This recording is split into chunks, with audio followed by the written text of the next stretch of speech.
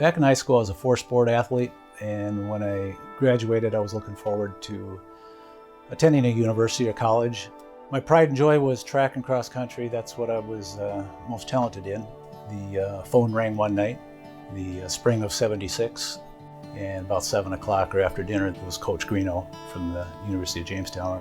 Always dreamed of that kind of phone call, and he introduced himself and said he wanted to invite me out for dinner one night and talk about potentially coming to the college and running track cross country for him, and offered me a scholarship. Trying to figure out what I wanted to do from a professional standpoint and from an education standpoint, it really took until my third year. I always look back and I said, if I was at a state school or bigger school, let's say, I would have fallen through the cracks. I bet I would have dropped out. I mean, I really mean that because, because of the small size of the classes, professors knew. They knew if you had an interest. They knew if you didn't. They kept you in class, and it's the best years of your life because the people that you meet, they're just not people. They become family. They're your best friends. The biggest thing that sticks out over the years is, I met my best friend in life, Bob Piatz. He was 2 doors down. He introduced me to his sister. We became friends, and one thing led to the other, and 8 years later we married. And we were blessed with 2 wonderful children, Caitlin and Hunter, and each of them graduated from the University of Jamestown. My sister came here. She's on the basketball team for a short amount of time, then she ended up transferring to UND. And so she left, and a year and a half later, she said, "I think I left for the wrong reasons." And she said, "I want to come back and finish up here." Years later, here comes my son, and he's gifted in the arts and music, and he doesn't really have any interest for the most part in athletics. His love in life is the arts and music, and he's very, very talented at it. My mom was always kind of pushing me, you're going to be in the choir at UJ, right? And until then, it didn't really dawn on me that I would want to do something like that. I just figured, well, why not? So I applied and got in, and it was probably one of the best things to happen to me, especially with what happened within 2 months of being in school. It was fall of 2015. My wife got very sick in a hurry, and we rushed her to Bismarck, and about 3-4 days into it, they're having a tough time keeping her alive. Had no idea what was wrong with her at the time. It was so bizarre, just one random Tuesday getting a phone call. Mom's in the hospital in Bismarck. It's not something you can prepare for. And my dad always makes the comment, there's no website for this, and it's so true. About halfway through the 2-week stint down there, an oncologist was called in on her case, and through all the different blood work that they were doing, he said she has multiple myeloma. And I didn't know what multiple myeloma was at the time, but I knew it wasn't good. It was a lot to handle, especially freshmen, new to the whole college experience, and choir was the one class that I wanted to get out of bed to go to.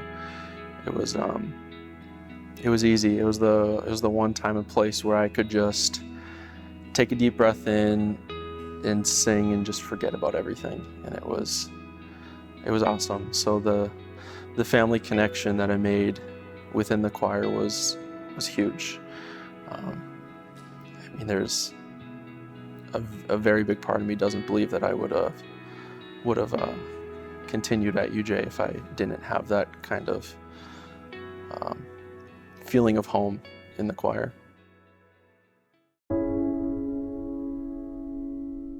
I came home from work, and her oncologist, her local oncologist from Fargo, from Roger Maris, was on the phone, Jerry Gross, June of 2019.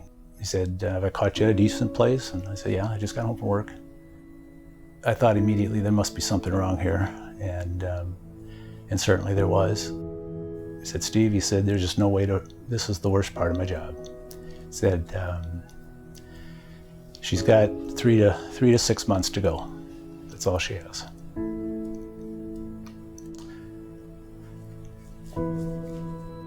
She lasted 3 months, and those 3 months were the best 3 months of our life.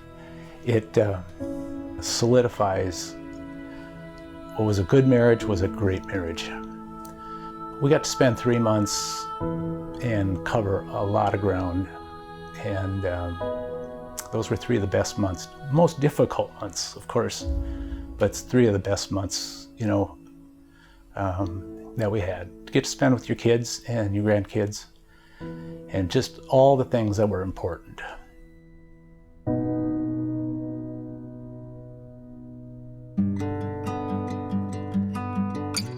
Although technically she was never a Jimmy, she never graduated from the university, she adopted that university hook, line, and sinker. Whenever there was anything needed, any volunteers needed, her hand went up without hesitation.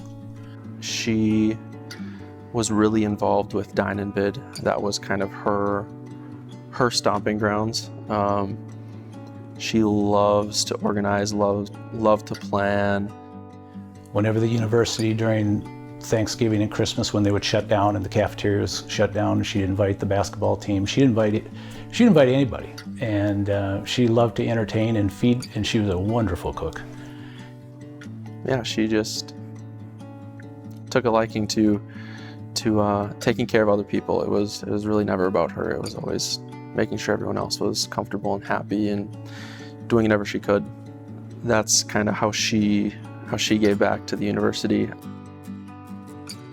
When somebody gets sick in a family, it really, really brings you close. And I think it opened all of our eyes as far as what's important in life, and that you have a responsibility. You have a responsibility to be thankful, to be gracious.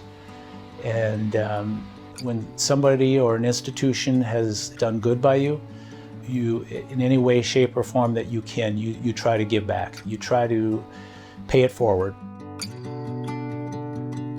I just can't stress it enough that what makes this university so different is instead of walking off the campus your senior year with your diploma and a bill and going about your life, it's just not a place of higher education. It's much, much more than that. It's a love of a college, love of a coach, love of my wife that bless us with kids who love the university as much as I do. And, you don't have to overthink it. All you have to do is just follow your heart.